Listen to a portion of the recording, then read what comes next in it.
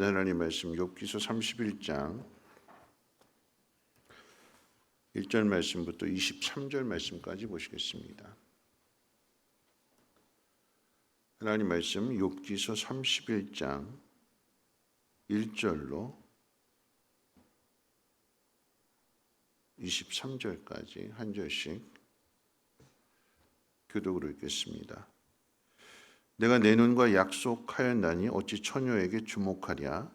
그리하면 위에 계신 하나님께서 내리시는 분깃이 무엇이겠으며 높은 곳에 전능자께서 주시는 기업이 무엇이겠느냐. 불의한 자에게는 환난이 아니겠느냐. 행악자에게는 불행이 아니겠느냐. 그가 내 길을 살피지 아니하시느냐. 내 걸음을 다 세지 아니하시느냐. 만일 내가 허위와 함께 동행하고 내 발이 속임수에 빨랐다면 하나님께서 나를 공평한 저울에 달아보시고 그가 나의 온전함을 아시기를 바라노라. 만일 내 걸음이 길에서 떠났거나 내 마음이 내 눈을 따랐거나 내 손에 더러운 것이 묻었다면 내가 심은 것을 타인이 먹으며 나의 소출이 뿌리째 뽑히기를 바라노라.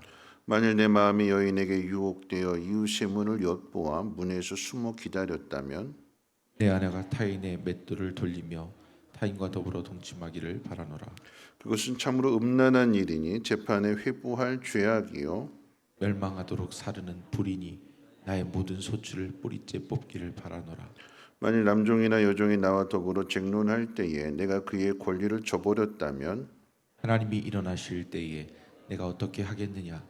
하나님이 심판하실 때에 내가 무엇이라 대답하겠느냐. 나를 태 속에 만드신 이가 그도 만들지 아니하셨느냐. 우리를 뱃속에 지으신 이가 한 분이 아니시냐.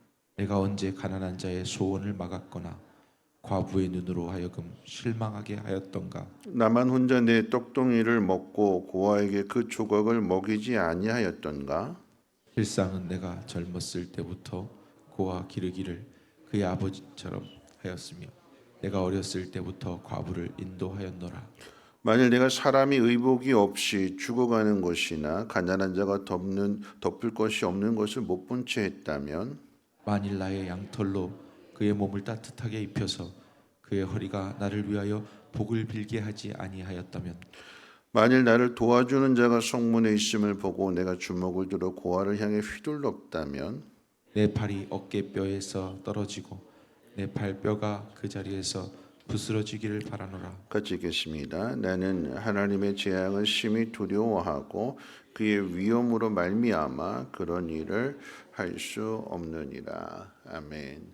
네, 우리 옆에 분 또 앞뒤 분하고 함께 인사 나누겠습니다. 이 새벽에 잘 오셨습니다. 사모하는 만큼 하나님 주십니다 하고 인사하겠습니다. 네, 이 새벽에도 잘 오셨습니다. 하나님 사모하시는 만큼 주십니다. 욥이 세 친구들에 대한 최후의 변론 그 마지막이 29장부터 이제 31장까지라고 그랬죠. 오늘 이 본문이 되는 이 31장은 그 중에서도 이제 마지막이 됩니다. 최후의 변론답게 이유를 알 수 없는 그 고난 앞에서 욥은 자신의 의로움을 강력하게 호소합니다. 재판장에 소개되었을 때 재판장이 그러잖아요. 최후 변론하세요. 그러면 그 최후 변론이라고 하는 것은 앞에 있었던 모든 것들을 다 정리해서 가장 임팩트 있게 자기 생각을, 자기 죄 없음을, 자기의 의로움을 가장 강력하게 호소를 합니다.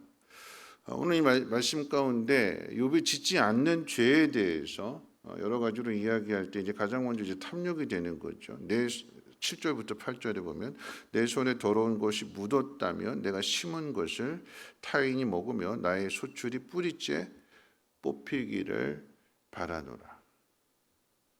내가 남에게 한 것 그대로 나도 당해도 좋다라고 하는 의미가 되는 거예요. 이 성적인 문제에 있어서도 그렇죠. 9절부터 10절까지 보면 내 마음이 여인에게 유혹이 되어서 이웃의 문을 엿봐 문에서 숨어 기다렸다면, 그러니까 남의 아내를 탐했다라고 한다면 내 아내가 타인의 맷돌을 돌리며 타인과 더불어 동침해도 좋다. 그러니까 나는 그런 죄를 짓지 않았으니까 자신 있게 이야기할 수 있는 거예요. 13절부터 15절까지 보면 남종이나 여종의 권리를 저버리고 그들을 학대하지 않았다. 종이라고 해서 하찮게 생각하지 않았고 무시하지 않았다. 왜냐하면 나를 태 속에서 만드신 분도 하나님이시고 또한 그 종을 만드신 분도 하나님이시기 때문에 주인이든 종이든 부자든 가난한 사람이든 그 사람을 만드신 분이 하나님이시기 때문에 하나님 앞에서 범죄할 일을 하지 않았다. 이제 18절 말씀 가운데 보면 내가 젊었을 때부터 고아에게 아비가 되어 주었고 어렸을 때부터 과부를 인도해 주었다. 그러면서 21절 말씀 가운데 보면 내가 이들을 학대하고 주먹을 휘둘렀다면 내 팔이 어깨뼈에서 떨어지고 내 팔뼈가 그 자리에서 부스러지기를 바라노라. 그러니까 욥기서의 주제는 인과응보에 대한 이야기죠. 심은 대로 거둔다. 내가 악을 심었으면 내가 똑같이 당하기를 원한다. 그런데 나는 악을 행하지 않았다라고 하는 것이 욥의 주장입니다. 그러면서 결론적으로 이야기한다면 이제 4절 말씀 가운데 그가 내 길을 살피신다. 그가 내 걸음을 다 세신다. 그리고 23절 마지막 절 읽은 말씀 가운데 나는 하나님의 재앙을 심히 두려워하고 그의 위엄으로 말미암아 그런 일을 할 수 없느니라. 나는 하나님 두려워서라도 그거 못한다. 왜냐하면 하나님 그 모든 것들을 다 지켜보고 계시기 때문에 내 발걸음을 다 하나하나 세고 계시기 때문에 나는 하나님 앞에서 하나님이 두려워서 그런 악을 행하지 않았다. 여러분 욥의 말은 사실입니다. 그런데 그렇기 때문에 욥은 더 화가 납니다. 친구들의 말을 들으면서 친구들에게 화를 내고는 있지만 실상은 하나님께 화를 내는 것입니다. 욥은 도덕적으로 윤리적으로 세상 그 누구보다도 깨끗한 사람입니다. 아무런 문제가 없습니다. 그런데 하나님이 욥에게 고난을 허락하시는 것은 그 세상이 말하는 그 수준보다도 더 높아지기를 원하시는 거죠. 하나님은 세상의 수준이 아니라 하나님의 수준으로 하나님의 거룩함으로 욥이 더 성장해 가기를 원하십니다. 그러니까 하나님의 수준과 욥의 수준의 차이를 드러내는 것이 고난으로 인해서 욥은 자신이 태어난 날을 저주하고 하나님께서 고난을 허락하시는 그 이유를 알지 못하게 되니까 하나님께 화를 내는 거죠. 나는 최선을 다했는데 하나님 나를 왜 이렇게 푸대접하십니까? 이런 화를 내는 사람은 항상 의롭습니다. 왜 화를 낼까요?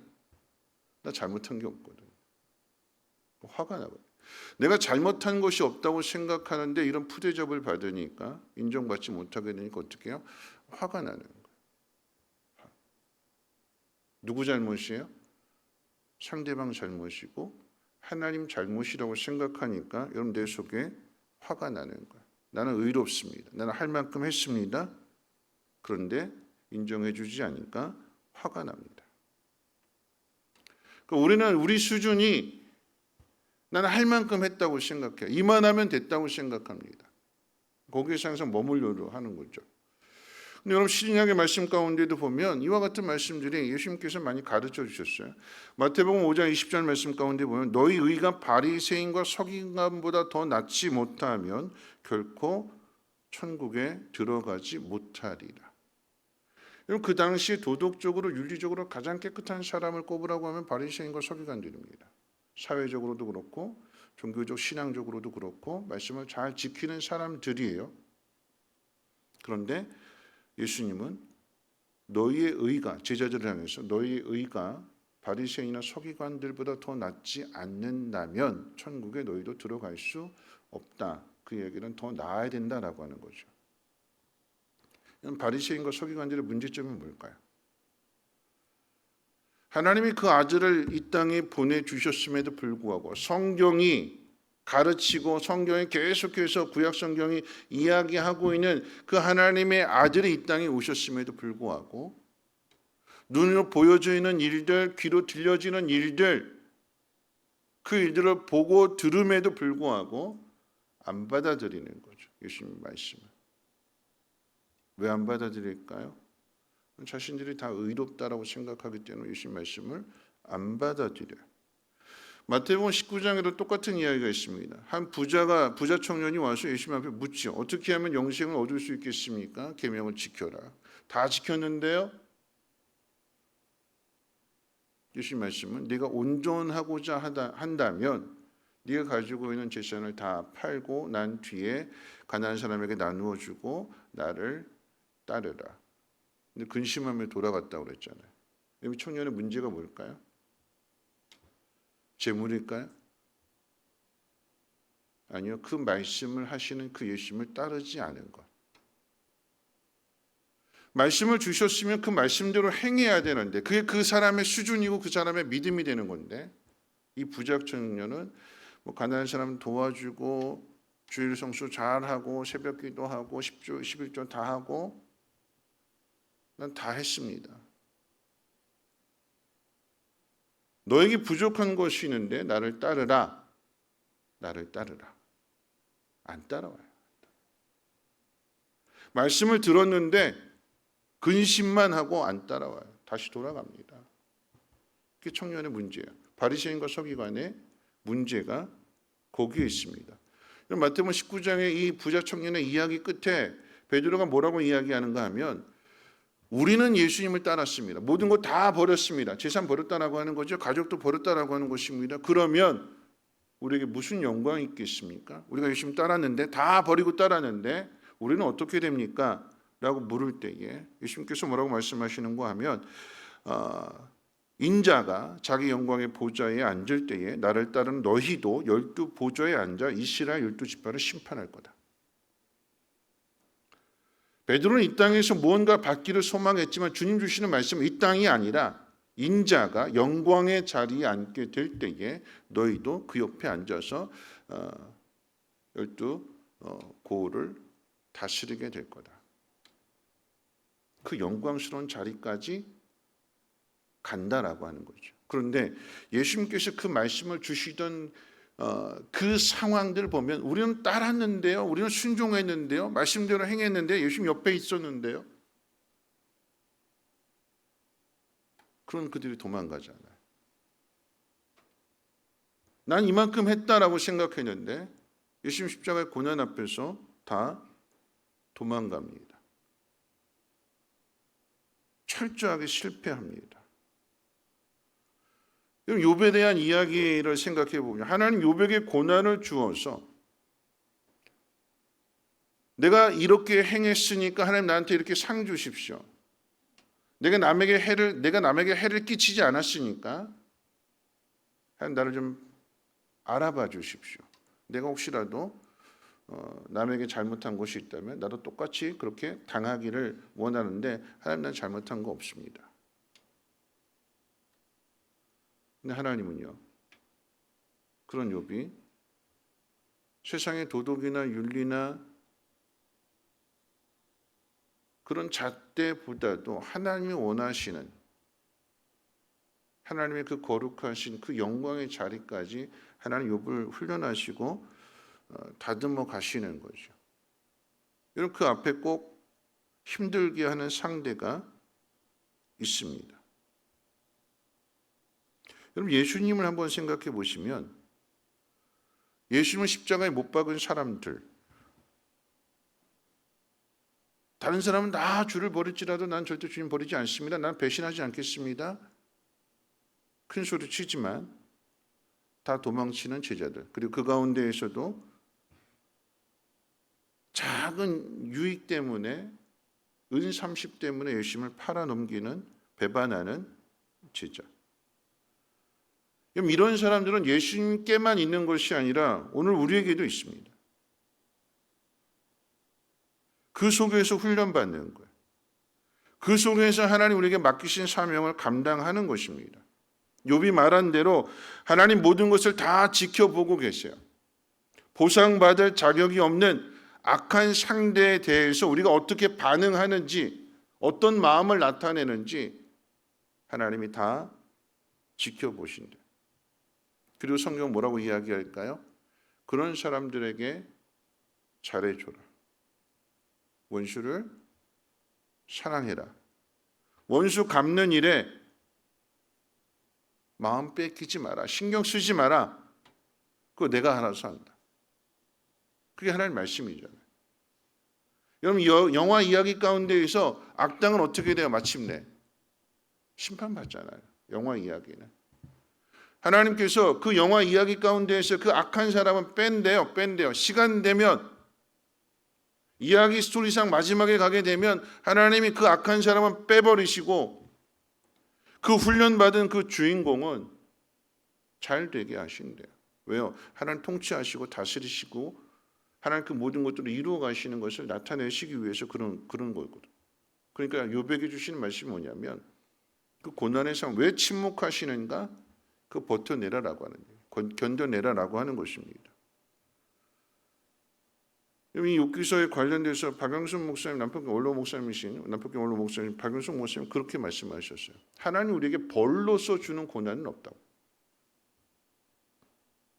물론 우리가 실수하고 잘못하죠. 그런데 잘못한 것에 대해서 하나님 벌로 주시는 것이 아니라 그 잘못을 통해서 배우라라고 하는 것입니다. 뜨거운 거 만지면 되니까 그 뜨거운 거 만지지 마. 그랬는데 그 말 안 듣고 뜨거운 거 만졌을 때에 화상 입잖아요. 그럼 어떡해요? 그 다음에 저거 만지면 안 되는구나. 그 다음부터 만지지 말라고요.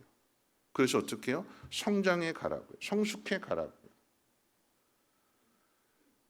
이유를 알 수 없는, 도저히 이해할 수 없는 우리에게 주어진 이 상황들 그 속에서 때로는 내가 잘못된 선택을 하고 잘못된 길을 걸어간다 할지라도 그거에 대한 책임을 지라라고 하는 거죠. 박윤성 목사님이 그렇게 이야기했어요. 이혼에 대한 이야기를 하면서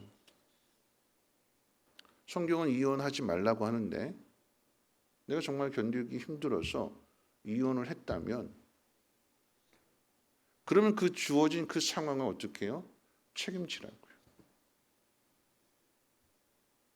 저 사람이 이혼했대 사람들이 수근거리고 함부로 말하게 되는 남의 가정 이야기 알지 못하면서도 함부로 이야기하는 그 모든 것에 대하여 받아들이고 버텨내고 견뎌내고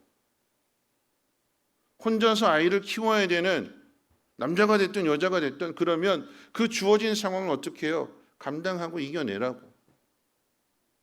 자꾸 과거로 돌아가서 이 사람이 잘못했고 과거에 매여 있지 말고 오늘을 살아내라고.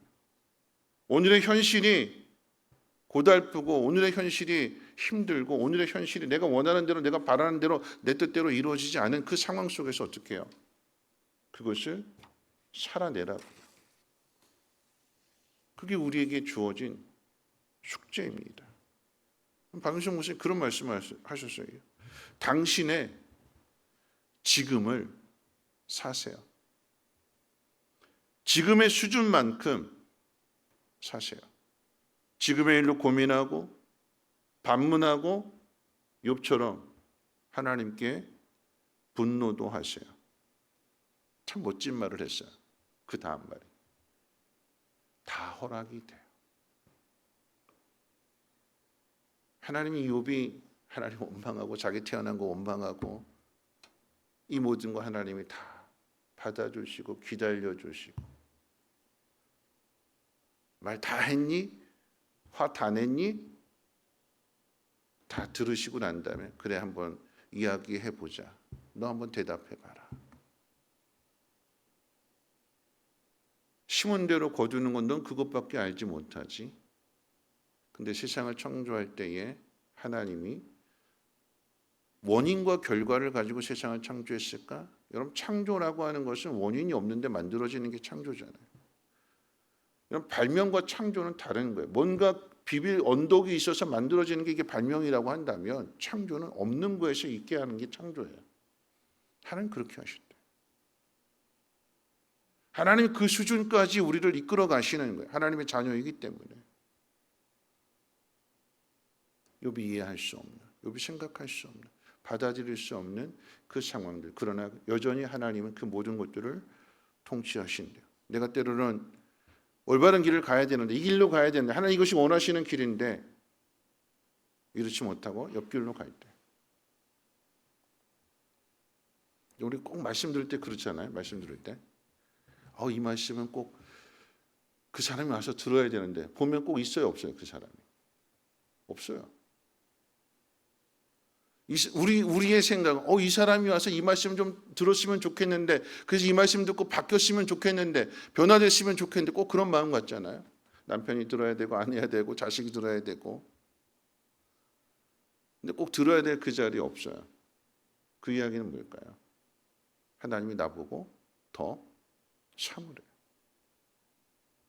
더 기다리래, 그 사람을 위해서 더 기도해 주래. 그래서 내가 커지래. 하나님 우리에게 고난을 주시는 이유가 여기에 있습니다.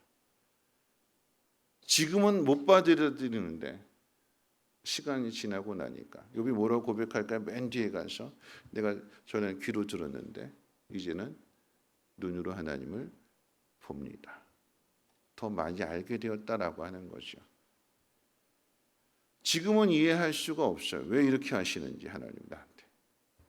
근데 시간이 한참 지나고 나니까 그래서 그랬구나. 그게 그때 가서 보이는 거죠. 지금은 못 봐요. 안 보여요. 왜요? 왜 못 볼까요? 왜 안 볼까요? 우리 키가 작아서, 우리 수준이 아직 아이이기 때문에, 우리 믿음이 연약하기 때문에. 시간이 지나고 나니까 그게 보여지게 되는 것이고, 이게 하나님의 은혜였구나, 이게 하나님의 섭리고 하나님의 뜻이었구나. 결국은 어떻게든 지금 다 이 짐 내려놓기를 원하고 도망가기를 원하고, 근데 하나님께서 우리에게 짐을 맡겨주시는 그 이유가 어디에 있을까요? 그 짐 때문에 성장해 가라고요. 우린 버겁다고 힘들다고 내려놓기 원하고 피하기를 원하는데, 하나님 그 짐을 통해서 우리를 성장시키기를 원하십니다.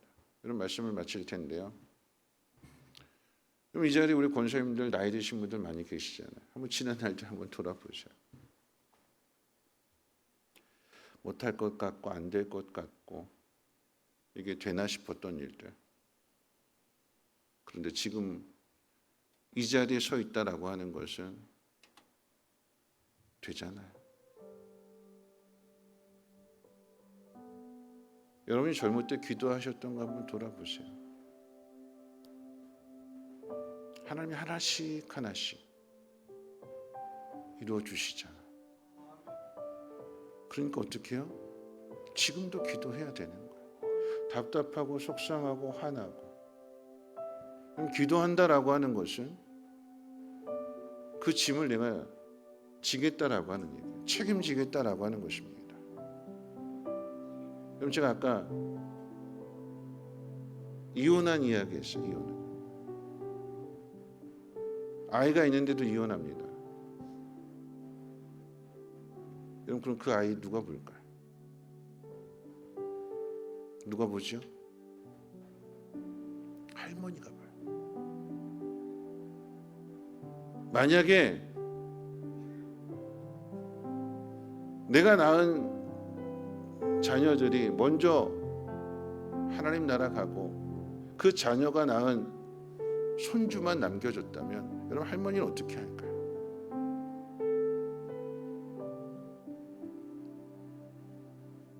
허리가 아프고 눈이 침침하고. 그런데 어떻게 해요? 죽을 수 없어요. 누구 때문에요? 그 손주 때문에. 몸이 아픈데 뭐라도 주셔야 돼.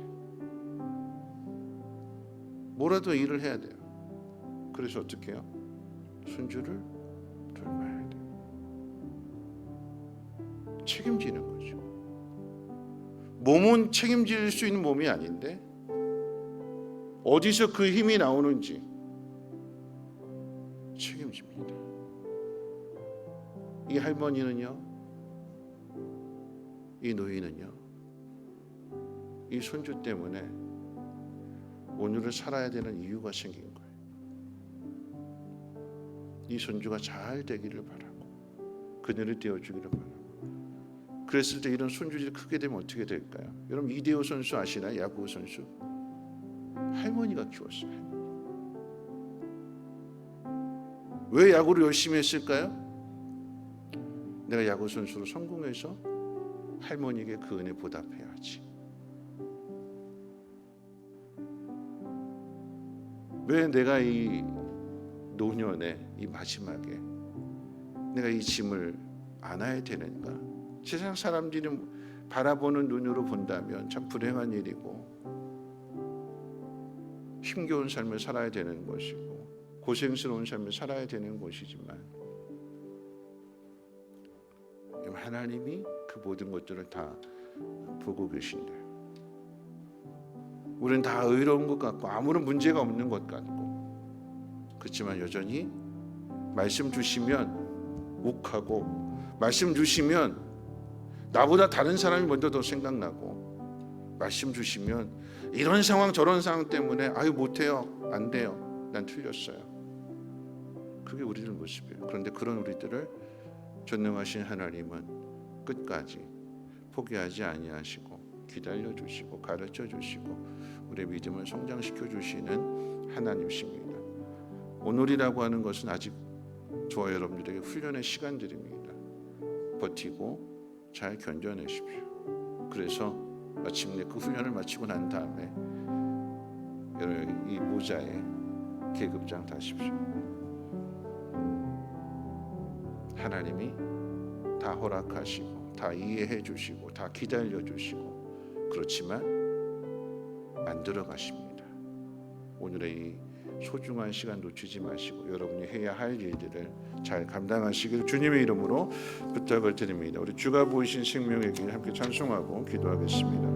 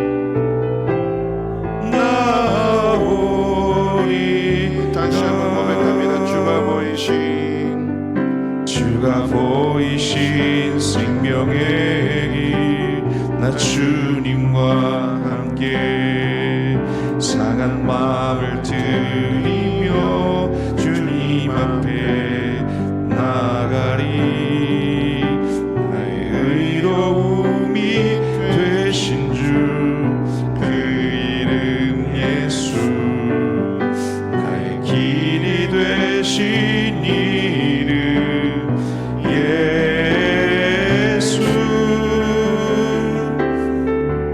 나의 길 오직 그가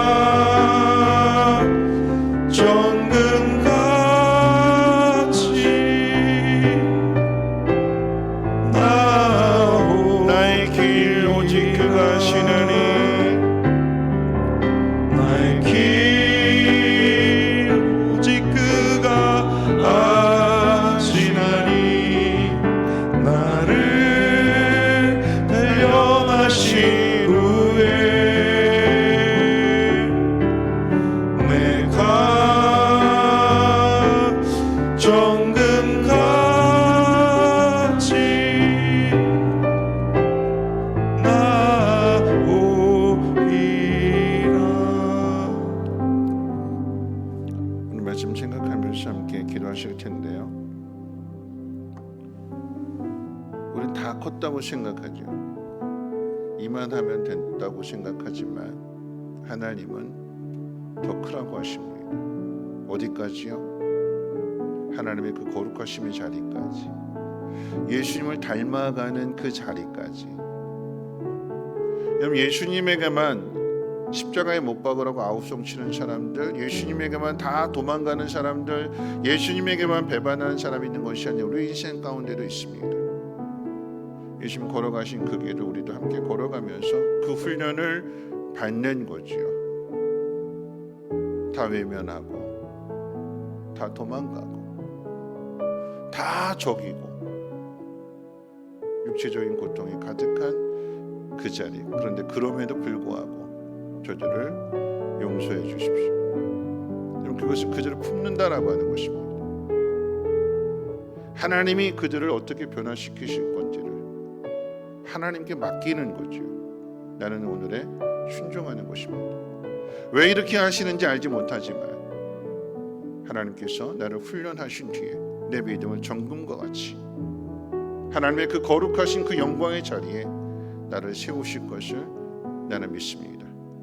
오늘을 살아내는 것, 오늘을 견뎌내는 것, 오늘을 잘 분별하여서 하나님 기뻐하시는, 하나님 원하시는 그 길을 걸어가는 것, 이것이 우리에게 주어진 숙제입니다. 오늘 이 시간에 기도하실 때 하나님, 내게 주어진 이 상황들 믿음으로 잘 이겨내게 도와주시고, 짐을 벗어 던지는 것이 아니라 끝까지 그 짐을 지고 감으로 인하여 그 짐이 나의 멸류관이 되게 하옵시고, 그 짐이 하나님 나라에서의 상급이 되어지게 도와주시옵소서. 오늘을 지혜롭게 잘 살아갈 수 있도록 하나님 영을 허락하여 주옵시고, 피할 수 있는 길이 있다면 하나님 그 또한 아시기에 내가 감당할 수 있도록 하나님 도와주시고 하나님 인도해 주시옵소서. 주여 한번 힘차게 부르고 통성으로 기도합니다. 주여, 하나님 오늘에게 우리에게 주어진 이 고난을, 아니 훈련을 잘 받을 수 있도록 지혜의 마음을 하나님 허락해 주시옵소서.